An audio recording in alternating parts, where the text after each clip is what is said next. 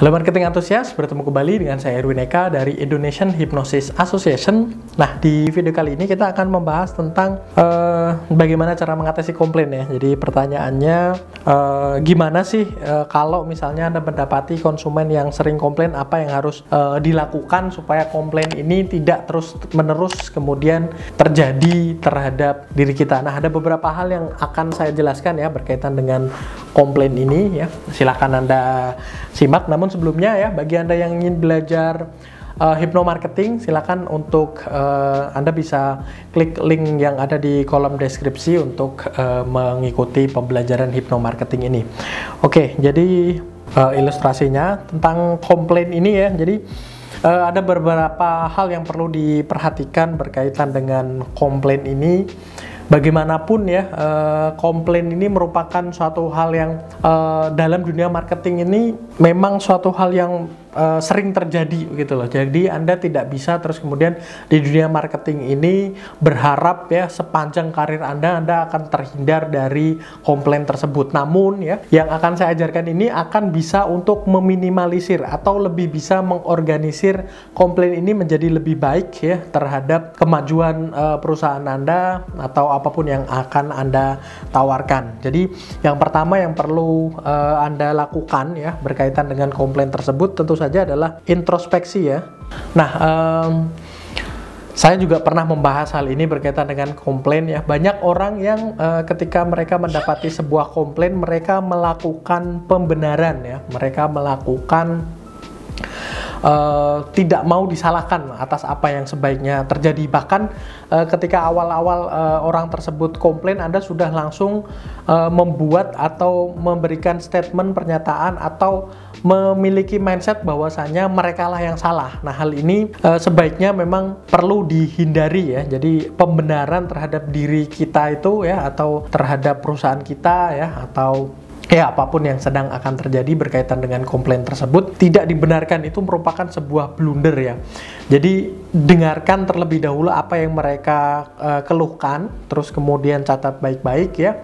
Teknisnya juga pernah saya bahas begitu ya berkaitan dengan handle komplain ini. Dan introspeksi bisa jadi ya terkadang karena ya kita bekerja di perusahaan tersebut, kita bergelut di bidang tersebut, kita tidak memiliki point of view atau sudut pandang yang berbeda berkaitan dengan kesalahan yang ada. Artinya kita menutup mata, artinya kita terlalu mungkin karena kompetitor yang lain itu jauh tertinggal daripada produk yang kita tawarkan, kita jauh lebih baik begitu ya. Jadi kita merasa bahwasanya produk kita paling baik, padahal ada sudut pandang yang berbeda terutama dari konsumen, terutama dari mereka yang menggunakan produk atau jasa kita. Dan komplain tersebut bisa jadi merupakan suatu hal yang bersifat bisa membangun diri kita ya, atau perusahaan kita, semacam seperti itu. Jadi introspeksi ini akan membuat diri kita atau perusahaan kita menjadi lebih baik ya. Mungkin bisa jadi memang, apalagi kalau misalnya komplain tersebut ya banyak sekali kita jumpai, jadi bisa jadi hal tersebut memang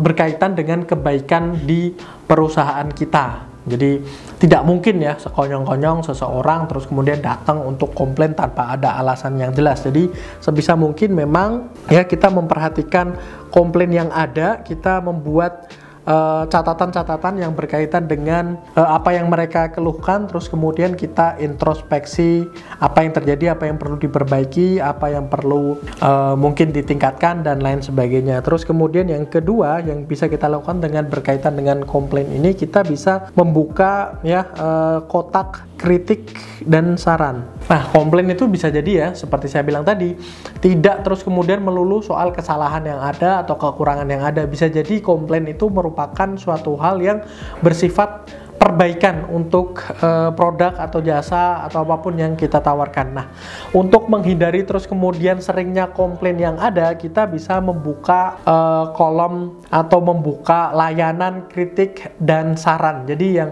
semula sifatnya negatif ya, kita bisa ubah menjadi sesuatu hal yang positif dengan membuka kritik dan saran. Beda sekalipun terlihat mirip ya, namun respon yang akan didapat akan berbeda ketika seseorang komplain dengan ketika seseorang memberikan kritik maupun saran untuk perkembangan. Padahal dua-duanya bisa jadi niatannya sama. Artinya mungkin seseorang yang tadinya ingin memberikan kritik atau saran ya, Anda bisa dalam bentuk box, kotak, atau email layanan keluhan pelanggan dan lain sebagainya. Nah, ketika tidak ada layanan hal tersebut ya, ketika kritik atau saran ini tidak ada, maka seseorang bisa memberikan komplain ya, dan ini bisa Anda hindari ketika Anda misalnya ya memberikan sarana tersebut semacam seperti itu ya. Jadi Anda menerima, Anda terbuka dengan yang namanya komplain, namun komplain tersebut ya Anda arahkan untuk menjadi kritik dan saran seperti itu. Terus kemudian yang selanjutnya yang bisa Anda lakukan adalah ya lanjutan dari tadi ya, yang pertama berkaitan dengan introspeksi ya. Catat semua komplain yang ada, kalau perlu Anda bisa memberikan nomor record atau apalah Anda istilahkan ya atas setiap komplain yang ada ya atau keluhan yang ada. Terus kemudian Anda berikan progres atau laporan. Ini akan sangat luar biasa sekali impact-nya terhadap perusahaan Anda atau jasa Anda ya. Ketika misalnya keluhan mereka sudah disampaikan, terus kemudian ada perkembangan yang berarti, ada perbaikan, dan terus kemudian atas inisiatif dari Anda bisa mengusulkan ini ke segenap layanan yang ada di produk yang Anda tawarkan. Jadi ketika misalnya komplain dari mereka sudah diperbaiki, Anda sampaikan hal tersebut kepada konsumen Anda. Saya yakin ini akan sangat meminimalisir dan Anda akan mendapatkan ya dampak yang sangat luar biasa. Kenaikan omset saya yakin akan luar biasa sekali terhadap diri Anda semacam seperti itu. Jadi menjadi sosok marketing yang proaktif ya, yang bisa mengerti setiap kebutuhan para customer Anda, dan ketika mereka mengeluhkan sesuatu Anda mengerti, Anda memposisikan diri Anda di posisi mereka, terus kemudian Anda berikan kabar seperti itu. Jadi Anda bisa dengan menelpon mereka, memberitahukan keluhan yang tercatat dengan nomor sekian-sekian yang Anda keluhkan pada hari hari Senin tanggal sekian jam sekian ya, berlokasi di sekian. Apalagi kalau Anda mengingat sampai detail semacam seperti itu, sampai dengan saat ini kami telah melakukan perbaikan, kami telah melakukan apapun ya yang berkaitan dengan progres atau perkembangan yang ada, dan itu akan sangat luar biasa.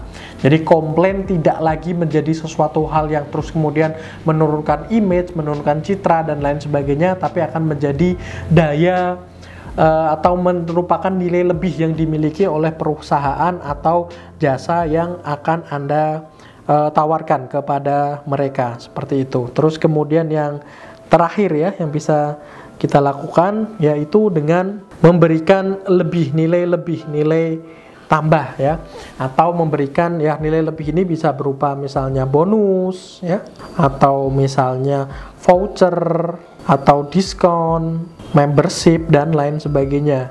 Artinya seperti ini, Anda memposisikan seseorang yang komplain itu bukan seperti layaknya musuh, seperti layaknya misalnya katakanlah haters ya, sekarang kan lagi rame haters gitu. Jadi bukan semacam seperti itu, tapi mereka adalah sosok yang akan menjadikan perusahaan Anda, akan menjadikan produk Anda, jasa Anda itu lebih baik di kemudian hari.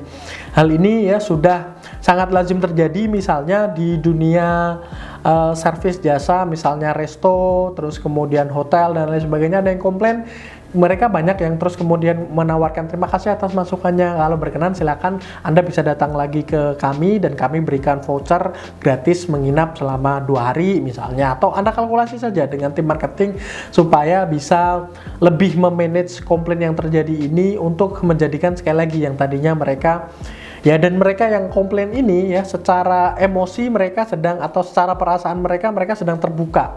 Artinya filter mental mereka atau dalam sisi kondisi hipnosis mereka itu sangat mudah terhipnotis gitu ya. Jadi sangat mudah untuk yang tadinya mereka marah malah menjadi suka, yang tadinya mereka benci dengan produk Anda akan menjadi justru repeat order, akan menjadi terus justru menceritakan pengalaman yang mereka alami kepada orang-orang lain di sekitar mereka, ke saudara mereka dan lain sebagainya seperti itu.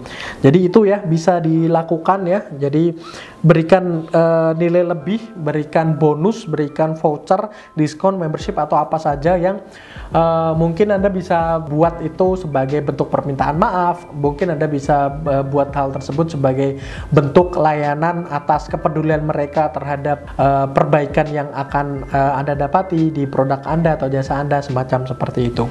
Oke ya, saya rasa itu semoga bermanfaat bagi Anda sekalian ya. Jangan lupa like, komen, dan share serta subscribe. Dan sekali lagi untuk info seputar hypno marketing Anda bisa mengunjungi website kami di masterhypnotis.com. Terima kasih.